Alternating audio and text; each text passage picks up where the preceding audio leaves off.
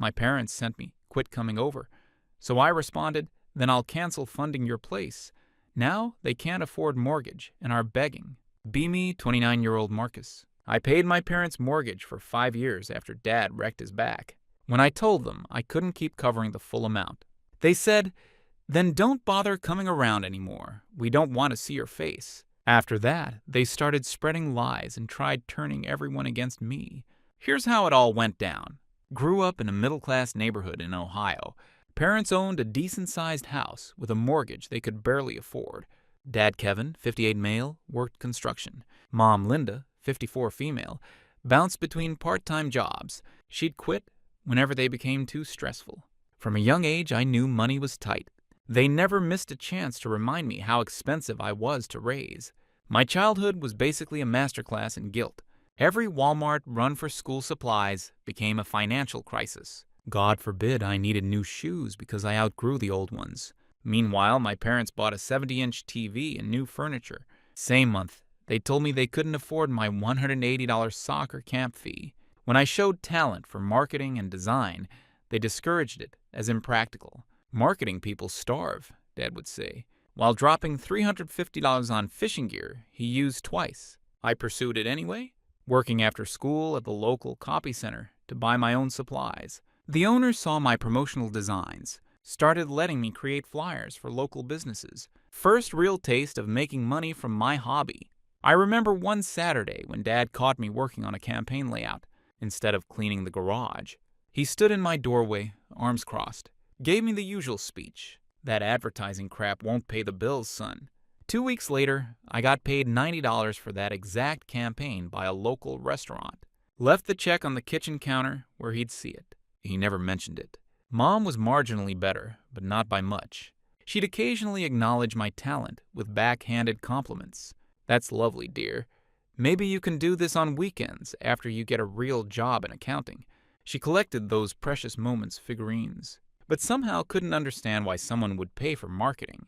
After high school, I put myself through a state college marketing program, 4 years of working nights at a copy center while taking full course loads.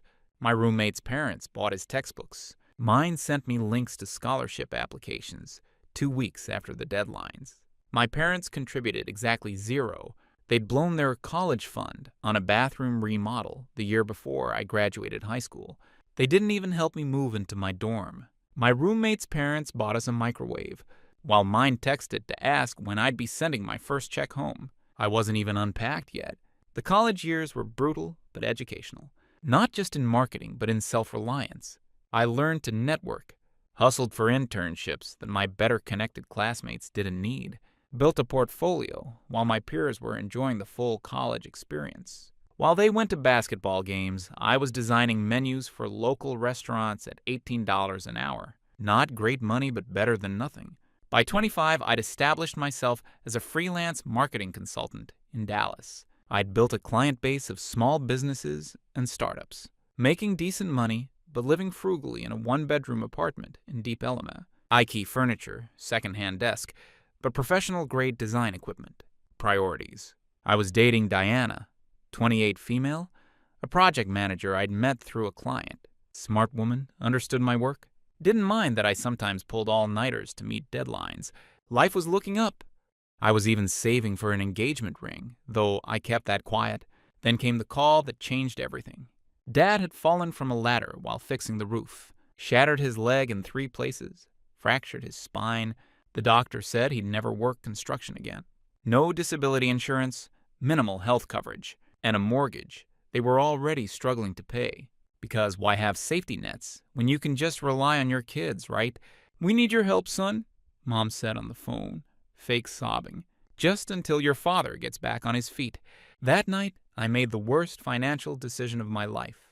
I agreed to cover their $150 monthly mortgage payment temporarily while Dad recovered. I set up a direct payment to their mortgage company rather than sending them cash. At least that way I knew where the money was actually going. 5 years later, I was still making those payments. Dad never looked for work he could do from a desk. He spent his days watching cable news, complaining about immigrants taking all the jobs, while simultaneously claiming there were no decent jobs out there. The irony was completely lost on him. He'd occasionally mention some business idea that never materialized beyond the talking stage. Mom quit her receptionist job entirely because the stress was impacting her ability to care for your father. This care mostly involved bringing him snacks while he watched TV and driving him to physical therapy appointments twice a month. She spent her newfound free time redecorating the house I was paying for and posting inspirational quotes on Facebook about life's challenges. My sister Brittany, 19 female, lived at home rent-free, taking endless gap years while posting Instagram photos from coffee shops and music festivals that somehow she could afford despite having no job. Her room was filled with Urban Outfitters decor and expensive makeup. Whenever I mentioned her getting a job, Mom would defend her. She's finding herself. Not everyone knows what they want at her age. I knew what I wanted at her age: financial independence. But apparently that was just me. Meanwhile, I was putting my life on hold. Diana and I couldn't buy a place of our own. Vacations were weekend trips to San Antonio or Galveston beaches. Not the Europe tour we talked about. My marketing business remained one man because I couldn't afford to hire help or rent office space. Every month, once $1,950 went straight from my account to their mortgage company. That's $2,400 a year after taxes. That was basically a third of my income gone. I had to structure these payments carefully for tax purposes, since I was paying over $23,000 annually directly to their mortgage company. My accountant helped me document everything as either gifts below the annual gift tax exclusion or as loan payments with formal documentation. The last thing I needed was the IRS questioning why I was transferring this much money every year. Mom and Dad never once considered the tax implications for me. Just another example of how one-sided this arrangement was. When I'd mention reducing support, they'd guilt-trip me. We raised you for 18 years, or family is supposed to help family. The irony of them saying this while simultaneously criticizing my career choices wasn't lost on me. My dad once introduced me at a family gathering as my son who draws ads for a living while I was paying his mortgage. I tried setting boundaries early on. 6 months, I said initially, just until Dad can find something else. That became a year, then 2, then 3. Each time I tried to have the conversation, there was a new crisis. The water heater broke. The car needed repairs. Brittany needed money for classes she'd inevitably drop. Diana saw what was happening before I did. "They're using you," she said after one particularly frustrating phone call, where Mom hinted they needed a new refrigerator. They have no intention of becoming independent again. I defended them at first. They're still adjusting. Dad's injury was serious. It's been 3 years, she pointed out, and he golfs now. I saw the photos on your mom's Facebook. That hit me hard. Dad claimed he was in too much pain to work a desk job, but apparently 18 holes at the public course was manageable. When I asked him about it, he shrugged it off. Doctor says I need to stay active. It's therapeutic. Therapeutic, right? Last October, I joined our bi-weekly family video call from my apartment. These calls had become a ritual of torture. An hour of listening to their problems, Brittany's entitled whining, and thinly veiled requests for more money. This time I had news. I'd landed a major client, a tech startup that wanted a complete marketing package. The project would require all my time for 4 months, but the payout would be substantial, like Finally Hire Help's substantial. We're talking 6 figures. The kind of contract that could transform my one-man operation into a legitimate agency. "That's great, honey," Mom said dismissively while scrolling through her phone. "Now about Thanksgiving. We're thinking of having everyone over this year." "Actually," I said, "I might not make it for Thanksgiving. This project is huge, and the deadline is tight."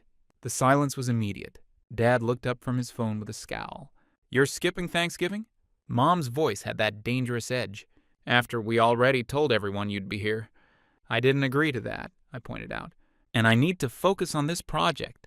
It could be game-changing for my business." "Your little marketing hobby isn't more important than family," Dad muttered, not even looking up from his phone. "It's not a hobby. It's my career, the one that pays your mortgage."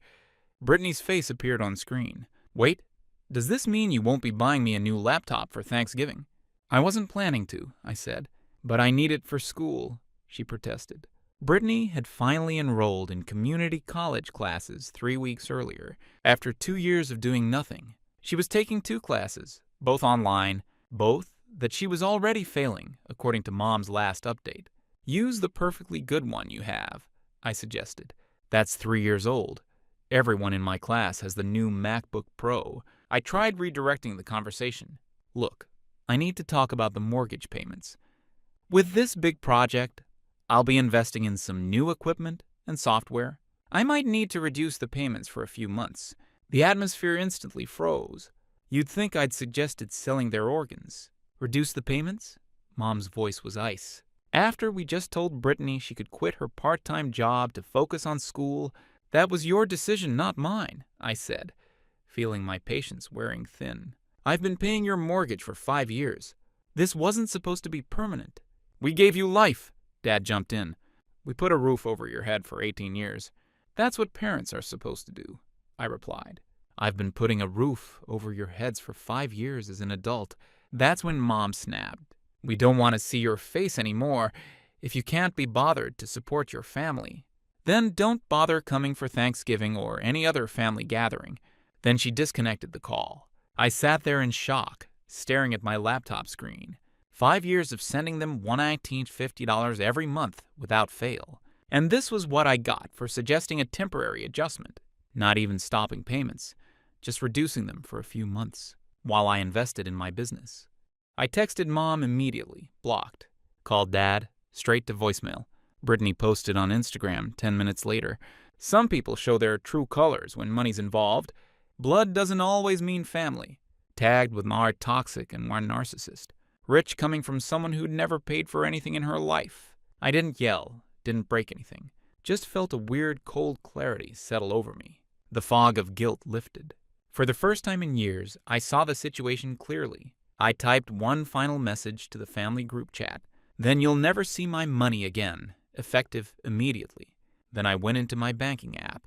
Canceled the automatic mortgage payments scheduled for the following week. 5 years of financial servitude ended with a few taps on my phone. Diana brought me a beer, and we ordered Chinese food to celebrate. It felt like dropping a 250 lb backpack I'd been carrying for years. That night, I slept better than I had in months. When my alarm went off the next morning, I actually felt energized. I walked to my home office, sat at my desk, looked at my financial spreadsheets. Without the $1,950 mortgage payment, I could actually afford to hire a junior consultant, and maybe even rent a small office space. Diana called around noon to check in. "How are you feeling?" she asked cautiously. "Liberated," I replied, and I meant it. 3 days passed with no contact. On the 4th day, the calls started. From numbers I didn't recognize. Neighbors, church friends, distant relatives whose phones they were borrowing since I'd blocked theirs. "The mortgage payment didn't go through," Dad's voice message said. "Fix it immediately. We'll discuss your attitude when you come to your senses. No apology, no acknowledgement. Just the expectation that the money would keep flowing, like I was some kind of wallet with an attitude." Then came Brittany. "Dad's freaking out about the mortgage. Fix whatever temper tantrum you're having before you ruin everything. Also, I still need that laptop before classes get serious." I deleted the message without responding. Temper tantrum? I'd supported them for 5 years without complaint. About a week after I cut them off, my phone lit up with a text from a number I didn't recognize. "We need to talk. It's your father." I called back. "What do you want?" I asked when he answered. "We're being evicted next week," he said, his voice devoid of the usual authority. "Daniel won't take us in. No one will. Brittany's staying with a friend from work, but can't keep her there. We have nowhere to go." "That sounds like a personal problem," I replied, surprised at how little I felt. "Son, please, we're desperate." "You said you didn't want to see my face anymore, so I took it literally and financially." Silence on the line. "But anyways, here's what's going to happen," I continued, the plan forming as I spoke. "You and Mom are going to write a formal apology acknowledging everything. The money I provided, the lies you spread, the family events you excluded me from. You're going to send it to every single person you lied to. Marcus, be reasonable." I'm not finished. "Once that's done, I'll consider, and I stress consider, helping you find a small apartment, not paying for it indefinitely, just helping with the security deposit and first month's rent. You'll both need to get jobs, real jobs, not your Etsy shop or part-time cashiering. And you'll need to take down any social media posts about me. And Brittany? He asked quietly. Brittany called me an asshole to my face and has been posting lies about me for months. She gets nothing. More silence. Those are my terms. Take them or leave them. Your mother won't like this. Not my problem. You have 24 hours to decide. I briefly considered with my lawyer whether I had any equity claim on their house. After directly paying the mortgage for 5 years, she explained I could potentially make a case, since I'd paid into the property directly, rather than just giving them cash. But pursuing it would mean staying entangled with them through a lengthy legal process. The freedom from cutting ties completely was worth more than whatever fraction of their house equity I might recover.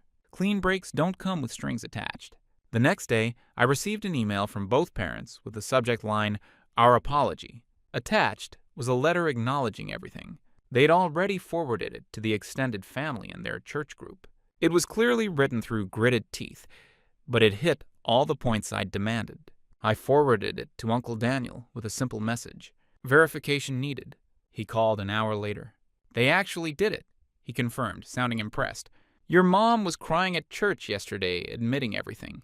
Your dad's applied for full-time positions at 5 different places. It's like they finally hit rock bottom. Rock bottom is where change happens, I said, remembering something my first marketing mentor told me when I was struggling to find clients. Sometimes you need to lose everything to realize what you actually need. I kept my word. I helped them find a small 2-bedroom apartment in a decent enough area and paid the deposit and first month's rent. I made it clear this was a one-time gesture, not a return to the old arrangement. My lawyer drafted a properly structured gift agreement that they both signed, acknowledging this was a one-time payment with no expectation of future support. The agreement stated in plain English, any future claim that I'd promised ongoing support verbally, online, or through relatives would trigger full repayment with interest. My lawyer called it the no BS clause. On the day they moved out of the foreclosed house, Brittany texted me, "Happy now? We're living in a crappy apartment because of you." I replied with a single screenshot showing $137,250 in mortgage payments I'd made over 5 years. She didn't respond. 1 year later, my marketing studio has grown to a team of 5. We've moved into larger offices downtown. Diana and I bought a condo with a view of the river. We're planning a wedding in Costa Rica next spring. No family invited. Dad works full-time at a hardware store now. Mom found a job as a receptionist. The same type of job she quit years ago because it was too stressful. They live in the same small apartment, paying their own rent. Brittany dropped out of community college and works retail, sharing an apartment with 3 roommates. According to her Instagram, she's dating some guy in a band and still posting occasional cryptic messages about toxic family members that get fewer likes each time. They occasionally send carefully worded messages, birthday wishes, holiday greetings, always with subtle hints about reconciliation that I ignore. Uncle Daniel keeps me updated on their situation, more out of courtesy than because I ask. Dad apparently still complains about his job, but shows up every day. Mom has joined some church group that's helping her heal from family trauma. The irony is astounding. Last month, Mom sent a text. "We're having a small family dinner next weekend. Everyone would love to see you." I didn't respond. 2 days later, Brittany tried, "Mom's really making an effort with this dinner. You could at least show up." I blocked her number. My life is finally my own. I'm 29 with a thriving business, a great relationship, and financial security. Most guys my age are still figuring their shit out.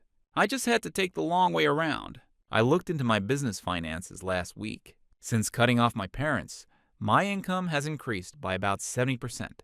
My stress levels have plummeted. Diana and I just put a deposit down on a vacation property, a small cabin on a lake about 3 hours from the city. The studio is growing faster than I expected. We just landed a contract with a mid-sized tech company that could potentially double our revenue this year. I've hired 2 more consultants and an account manager. Last week, I got a letter in the mail, actual mail. It was from Dad, handwritten. "Son, I know I have no right to ask anything of you," it began, But I wanted you to know I'm proud of what you've built. Your mother doesn't know I'm writing this. She still thinks you'll come around eventually, and things will go back to how they were. I know better.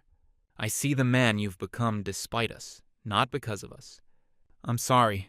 I read it twice, folded it, dropped it in my drawer. No response needed. It doesn't change anything, just a footnote.